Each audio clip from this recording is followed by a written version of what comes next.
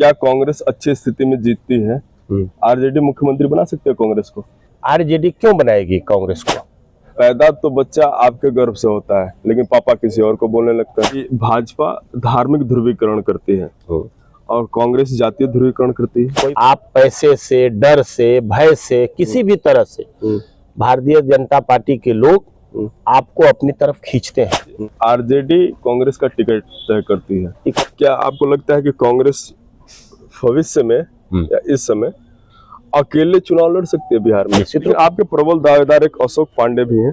हाँ, दावेदारी तो सबकी होनी चाहिए भाई।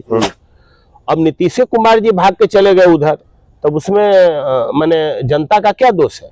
कांग्रेस अस्तित्व की लड़ाई लड़ रही है, आप इस बात से सहमत हैं? कांग्रेस मिटने वाली थोड़े ना है कि कांग्रेस को कोई कह दिया और मिट गई।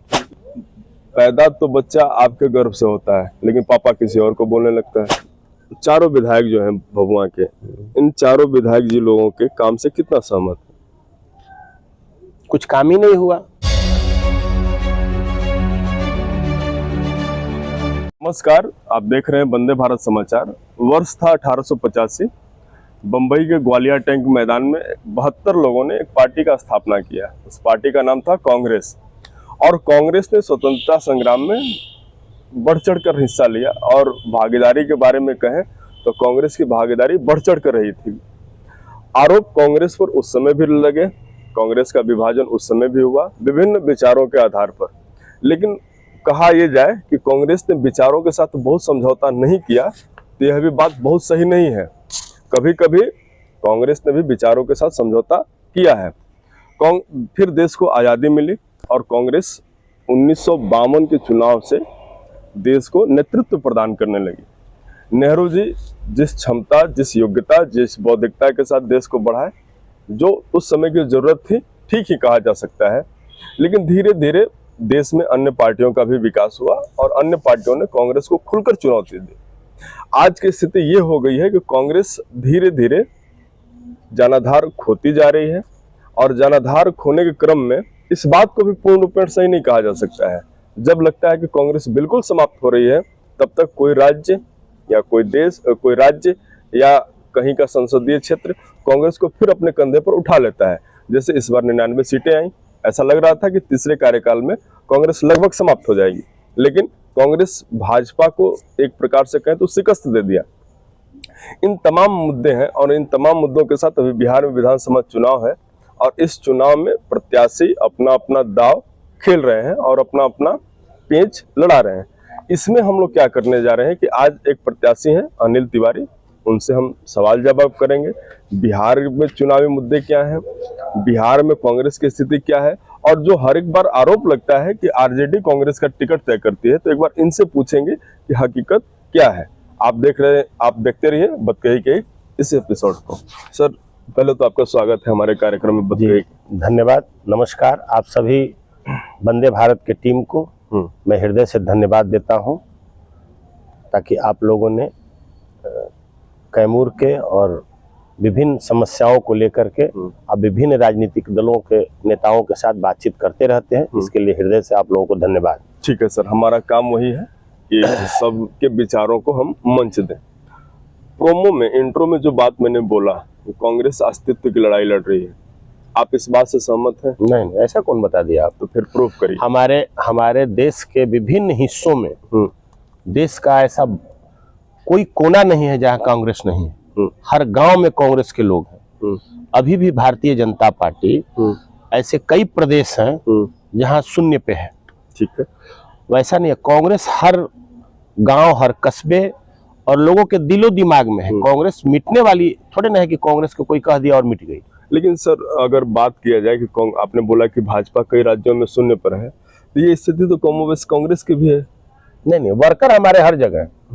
वर्कर, कांग्रेस के कार्यकर्ता, कांग्रेस को सपोर्ट करने वाले लोग, कांग्रेस को विचारधारा को समझने वाले लोग हर प्रखंड में, हर पंचायत में है। तो सर, जब कांग्रेस के वर्कर हैं, तो फिर भी कांग्रेस की स्थिति गिर क्यों रही है? नहीं, कांग्रेस की स्थिति गिर नहीं रही है। कांग्रेस अभी जो लोग हैं हमारे देश के और वर्तमान जो सरकार है, उसका उन्होंने दिशा मोड़ दिया है, वो धर्म के प्रति ले गए हैं। शुरू में भी इन्होंने आजादी की लड़ाई में भी ये हिंदू धर्म की स्थापना किए थे, और आज भी ये लोग कुछ लोगों को लेकर के चलने की और उसके माध्यम से देश के विकास के लिए ये लोग कार्य कर रहे हैं, जिससे कि यह आने वाले समय में स्वतः मिट जाएंगे। सर, सवाल ये है कि क्या बिहार में भी कांग्रेस का अस्तित्व है? एकदम है। आज भी हमारे पास 19 विधायक हैं, एमएलसी हैं। 19,243 में? हाँ हाँ। तो सर, अगर परसेंटेज पे आप देखें तो आप कितना ही परसेंट है? परसेंटेज हम ठीक हैं। परसेंटेज में हमारा जो है सो पिछला जो चुनाव था, हम मात्र गठबंधन हमारा बहुत कम मार्जिन से हम सीटें हारे थे, और जो वोट का अंतर था हमको लगता है कि 16,000 या 20,000 के आसपास था। कितना सीट सर आप लड़े थे? हम 70 सीट लड़े थे, 71 सीट लड़े। सर, 71 सीट में 19 सीट आना, उसको क्या आप मानते? भाई, चुनाव है, इसमें 70-71 सीटों पे हम 19 सीट जीते, बाकी सीटों में हम सेकंड रहे, किसी पे थर्ड रहे। ऐसा नहीं है कि हम जो है सो हमारा परफॉर्मेंस खराब रहा। अब जो है सो जो हमारे विपक्षी हैं उनका लोगों को ध्यान भटकाने के लिए बहुत सारे प्रोपेगेंडे करते हैं, बहुत सारे हथियार अपनाते हैं, बहुत सारे उनके पास संसाधन है जिसका उपयोग करते हैं। तो उसके माध्यम से वो सत्ता में, वो भी सत्ता हम ही लोगों को दिया था। यहाँ का जनादेश उस समय नीतीश कुमार जी हम ही लोगों के साथ। अब नीतीश कुमार जी भाग के चले गए उधर, तब उसमें माने जनता का क्या दोष है? आप बदल जाते हैं, जो मुख्यमंत्री का चेहरा है और वही चेहरा बदल जाए। कभी भारतीय जनता पार्टी के साथ कहते हैं, कसम खाते हैं कि मैं मर जाऊंगा, नहीं जाऊंगा, फिर कभी हम लोगों के साथ आते हैं। तो सर, सवाल यहाँ पर यह है कि फिर आप लोग क्यों लेते हैं उनको? आप भी तो कहीं ना कहीं जनादेश का नहीं, हम लोगों को था कि सांप्रदायिक शक्तियों को अलग रखना है। जो उस तरह के लोग हैं जो देश में, प्रदेश में लोगों में जो है सो माने दुराव पैदा करते हैं, वैमनस्यता पैदा करते हैं, जाति पाति में बांटते हैं, धर्म के नाम पर बांटते हैं, पहले उनको रोकना है। लेकिन नीतीश कुमार जी तो उन्हीं लोगों से समझौता कर ली। तो अब इस बार हम लोग उनके साथ समझौता नहीं करने जा रहे हैं, और इस बार जो है सो गठबंधन की सरकार इस बिहार में बनेगी। क्या आपको लगता है कि कांग्रेस भविष्य में या इस समय अकेले चुनाव लड़ सकती है बिहार में? निश्चित रूप से लड़ सकती है, क्यों नहीं लड़ सकती है। कांग्रेस हर जिले में अपना उसका संगठन है, हर जिले में कार्य कर रही है। लेकिन हम लोगों ने निर्णय लिया है, हमारे नेताओं ने निर्णय लिया है कि इस बार का चुनाव हम लोग गठबंधन के साथ लड़ेंगे। ठीक है सर। लोगों में एक चर्चा है जी कि आरजेडी कांग्रेस का टिकट तय करती है। ये कौन कह दिया? क्या आप इस बात से सहमत? नहीं नहीं, सवाल ही नहीं। कांग्रेस के नेता है, आरजेडी क्यों? एक दल, एक प्रदेश में जो पार्टी है वो कांग्रेस का टिकट कैसे तय कर देगी? भाई, हमारे नेता, हमारे प्रभारी, हमारे प्रदेश अध्यक्ष है, कांग्रेस का टिकट आरजेडी कैसे तय कर देगी? कोई कह दे कि आरजेडी का टिकट कांग्रेस तय करती है, ये ऐसी बात नहीं है। हमारे उसके लिए ऑब्जर्वर रखे गए हैं, हमारे उसके लिए प्रदेश के प्रभारी हैं, हमारे प्रदेश के अध्यक्ष हैं। हम लोग सामंजस्य बैठाते हैं, उनसे बातचीत करते हैं कि भाई कौन कैंडिडेट कहाँ सूट करेगा और कौन कैंडिडेट ये सीट निकाल सकता है। उसके हिसाब से, क्योंकि हमारे साथ हर वर्ग के लोग जुड़े हैं ना, तो उसके हिसाब से हम लोग पार्टी कैंडिडेट देती है। सर, हम एक और हमारे जो अभी तक की बातचीत हुई उसमें एक चीज निकल कर आया कि भाजपा धार्मिक ध्रुवीकरण करती है और कांग्रेस जातीय ध्रुवीकरण करती है। कोई साबित कर दे। हम बता, कांग्रेस कभी जाति के नाम पर चुनाव नहीं लड़ी, कभी भी नहीं। आज भी राहुल जी का स्टैंड क्लियर है। राहुल गांधी का एकदम स्टैंड क्लियर है। अगर कांग्रेस जातीय ध्रुवीकरण करती तो जो है सो बिहार में, देश में, चाहे किसी भी प्रदेश में जाति के आधार पर अध्यक्ष बनाती, जाति के आधार पर प्रभारी बनाती, जाति के आधार पर कैंडिडेट देती। कांग्रेस ने ऐसा नहीं किया। अगर आप में क्वालिटी है और आपने पार्टी के लिए काम किया है, आपने जो है सो आपको जनता पसंद करती है, तो उस हिसाब से कैंडिडेट देती है और उस हिसाब से पार्टी प्रेसिडेंट बनाती है, उस हिसाब से पार्टी का प्रभारी बनाती है। ऐसा कभी नहीं है कि जाति के आधार पर कांग्रेस ने कभी पॉलिटिक्स किया। ठीक है सर, हम आपकी बात को मान गए, लेकिन राहुल गांधी जी का विगत कुछ दिन पहले एक बयान आया कि कांग्रेस ने ओबीसी के साथ भेदभाव किया या हमने उनके वैल्यू को नहीं पहचाना।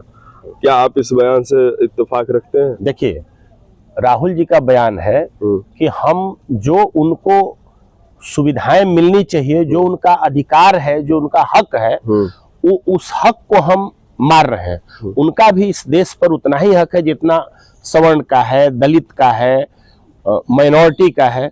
तो उनको भी उस हक के हिसाब से पार्टी में जगह मिलनी चाहिए। उन्होंने जाति का बात नहीं किया कि नहीं इस जाति को ये चीजें आप दे दीजिए। तो सर क्यों क्या माना जाए कि अगली बार ओबीसी से अध्यक्ष होगा कांग्रेस का? बिहार में नहीं, देश में? हाँ, कोई जाति से मतलब नहीं है भाई। अगर जो उसके लायक होगा, जो कांग्रेस का तो अभी तक तो राहुल गांधी सोनिया गांधी चलता रहा है, फिर बीच में मल्लिकार्जुन खड़गे जी को बनाया गया जो वर्तमान में भी हैं। क्या माना जाए कि अगला टर्म ओबीसी का होगा? आपको नहीं पता है, आप पूरी जानकारी रखिए। सर बताइए। सीताराम केसरी हमारे पार्टी के प्रेसिडेंट हुए, उसके बाद सोनिया जी हुई, उसके बाद फिर राहुल जी हुए और अभी मल्लिकार्जुन खड़गे हैं। जो लोग कहता है, या आप जैसे लोग मान लीजिए जो जिनको जानकारी का अभाव है, वो लोग कहते हैं कि नेहरू परिवार तक कांग्रेस का अध्यक्ष या ये सब मैंने है सीमित है। ऐसा नहीं है। हमारा पार्टी का प्रेसिडेंट का लिस्ट आप उठा के देखिए, देश में या प्रदेश में हमारे यहाँ उन्हीं लोगों को पार्टी का प्रेसिडेंट बनाया जाता है, चाहे राष्ट्र देश का हो या प्रदेश का, जो लोग उसके लायक है। सर, उसमें जाति नहीं देखी। ठीक है सर, हम आपकी बात को मान गए। एक सीधा सा सवाल हम आपसे करते हैं, क्या कांग्रेस अच्छी स्थिति में जीतती है? आरजेडी मुख्यमंत्री बना सकते हैं कांग्रेस को? आरजेडी बड़ी पार्टी है, प्रदेश में उसके विधायक ज्यादा हैं, तो आरजेडी क्यों बनाएगी कांग्रेस को?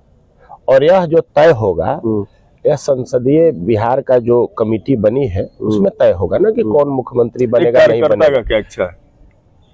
नहीं, बड़ी पार्टी का हक है, बड़ी पार्टी का हक है। वो तो लालू जी जैसे व्यक्ति थे कि उन्होंने नीतीश कुमार जी को मुख्यमंत्री बना दिया। नहीं, नीतीश कुमार जी के जगह पर लालू जी के जगह पर नीतीश कुमार रहते तो कभी किसी कीमत पे नहीं बनाते। लेकिन लालू जी का बड़ा दिल है, इसलिए उन्होंने नीतीश कुमार जी को कहा था कि मैं मुख्यमंत्री आपको बनाऊंगा, तो बड़ा दल होने के बाद भी नीतीश कुमार जी को उन्होंने मुख्यमंत्री बना दिया। यह हृदय बहुत कम लोगों के पास होता है। ठीक है सर, हम आते हैं कैमूर जिले के राजनीति पर। 4 सीटें हमारे पास और चारों का गणित अलग अलग है। एक सीट कैमूर भभुआ विधानसभा 205 ब्राह्मण बाहुल्य क्षेत्र है, फिर बगल में मोहनिया है, फिर चैनपुर है और थोड़ा सा दूरी पर रामगढ़ है। इन चारों सीटों पर सर महागठबंधन की स्थिति क्या है? आप पिछले बार भी देखे होंगे कि महागठबंधन सभी सीटों पे लगभग जीती, चैनपुर को छोड़ करके। मान रहे हैं सर बात आपकी। और इस बार भी जीतेगी, लेकिन और इस बार चारों सीटें जीतेंगी। लेकिन सवाल ये है सर कि पैदा तो बच्चा आपके गर्भ से होता है, लेकिन पापा किसी और को बोलने लगता है। देखिए, अभी लोकतंत्र का जब से भारतीय जनता पार्टी की सरकार बनी है, पूरी तरह से लोकतंत्र का हनन हो रहा है। आप पैसे से, डर से, भय से, किसी भी तरह से भारतीय जनता पार्टी के लोग आपको अपनी तरफ खींचते हैं, लालच दे करके, भय दिखा करके, जैसे भी। वही भय और लालच का इस बार खेला हुआ, जिससे कि हमारे आरजेडी के जो निर्वाचित विधायक थे वो लोग भारतीय जनता पार्टी के दामन थाम लिए। मतलब महागठबंधन में इतनी ताकत नहीं है कि वो जीते हुए कैंडिडेट को अपने पास? नहीं, ऐसी बात नहीं है। यह आपको जो है सो ई है, लालच जो है कैंडिडेट के पास, जो लालच है वो जो है सो वहाँ हावी हो गया और वो भारतीय जनता पार्टी में लोग चले गए। और दूसरा यह है कि हमारे यहाँ आरजेडी हो या कांग्रेस हो, यहाँ काम करना है। वो भारतीय जनता पार्टी की तरह नहीं है कि आप लास्ट आवर में आओ और छक्का मार के चले जाओ। वो यहाँ पे काम करना है, डे 1 से आपको काम करना है, जनता के बीच में रहना है, जनता की समस्याओं से रूबरू होना है और उसका निष्पादन करना है। उस चीज को भी शायद लोग न झेल पाए हो। सर, हम आपकी बात को आगे बढ़ाते हैं। आपने काम शब्द बोला, काम से याद आया कि आप चारों विधायक जो हैं भभुआ के, इन चारों विधायक जी लोगों के काम से कितना सहमत है? कुछ काम ही नहीं हुआ जिस हिसाब से काम होना चाहिए हमारे कैमूर जिले में। आप देखिए यहाँ तो काम का उदाहरण का लंबा लिस्ट है। हमारे यहाँ जगदानंद सिंह विधायक रहते थे, मंत्री थे। आपके सामने ये जो विकास दिख रहा है सब उन्हीं की नींव रखी हुई है। ऐसा नहीं कि माने गठबंधन में हम इसलिए बोल रहे हैं, यह जो नींव रखी हुई है आदरणीय जगदानंद सिंह का रखा हुआ है। चाहे आप कलेक्ट्रेट देख लीजिए, यहाँ की सड़कें देख लीजिए, जो है सो चौरासी पर जवाहर नवोदय विद्यालय देख लीजिए, एनटीपीसी के लिए जमीन उपलब्ध कराना देख लीजिए। जो भी चीजें हैं जिसकी नींव रखी गई माननीय जगदानंद सिंह के द्वारा रखी गई, और उसके माने पैरेलल अगर आप देखिए तो 10% भी काम नहीं हुआ है जो हमारे चारों यहाँ विधायक रहे हैं।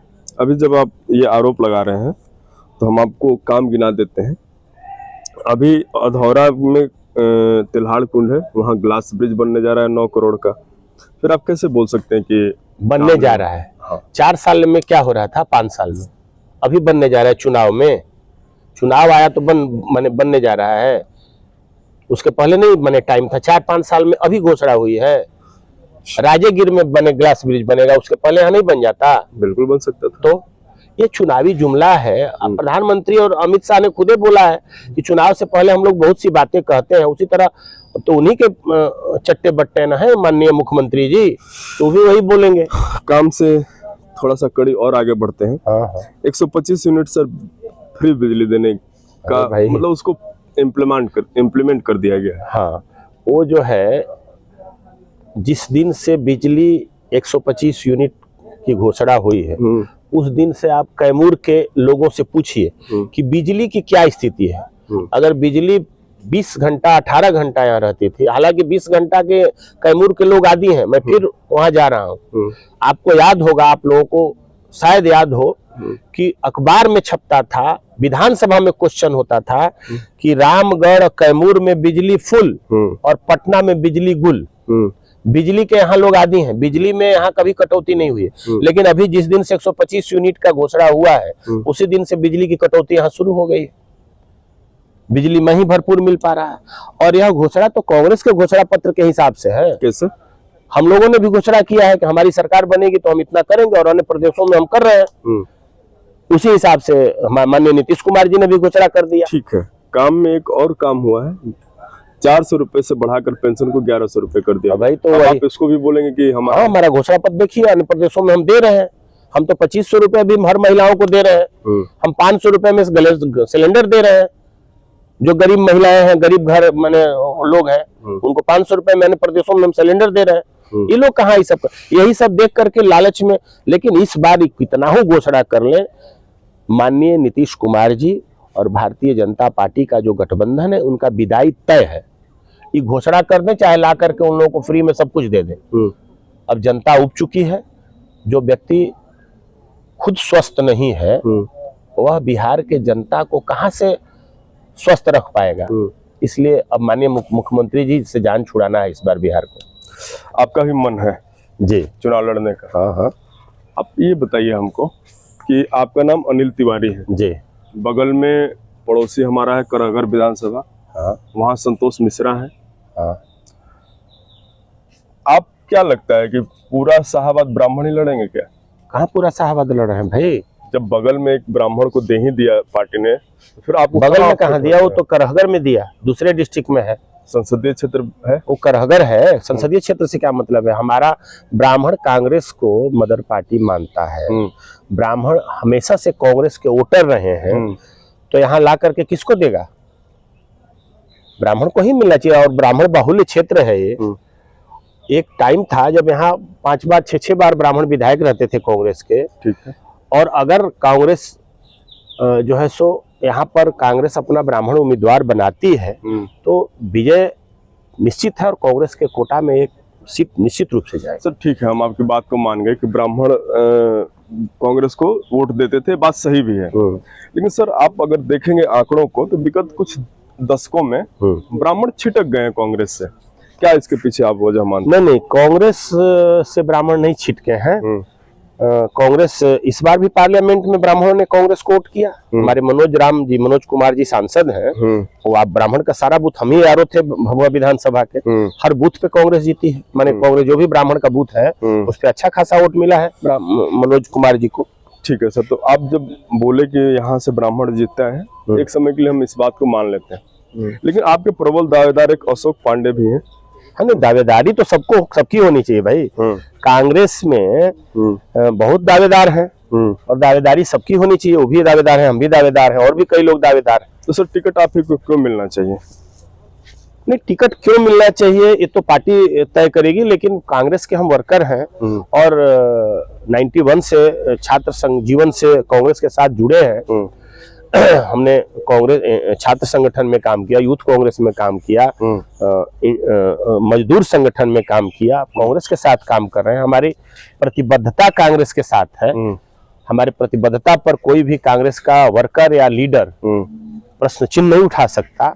हमारे बूथ से हरदम कांग्रेस जीती है, विपरीत परिस्थिति में भी। तो हमारी दावेदारी निश्चित रूप से बनती है और जो है सो हम अपनी दावेदारी रोके हुए हैं। दावेदार तो राधेश्याम कुशवाहा जी भी हैं, जिलाध्यक्ष कांग्रेस।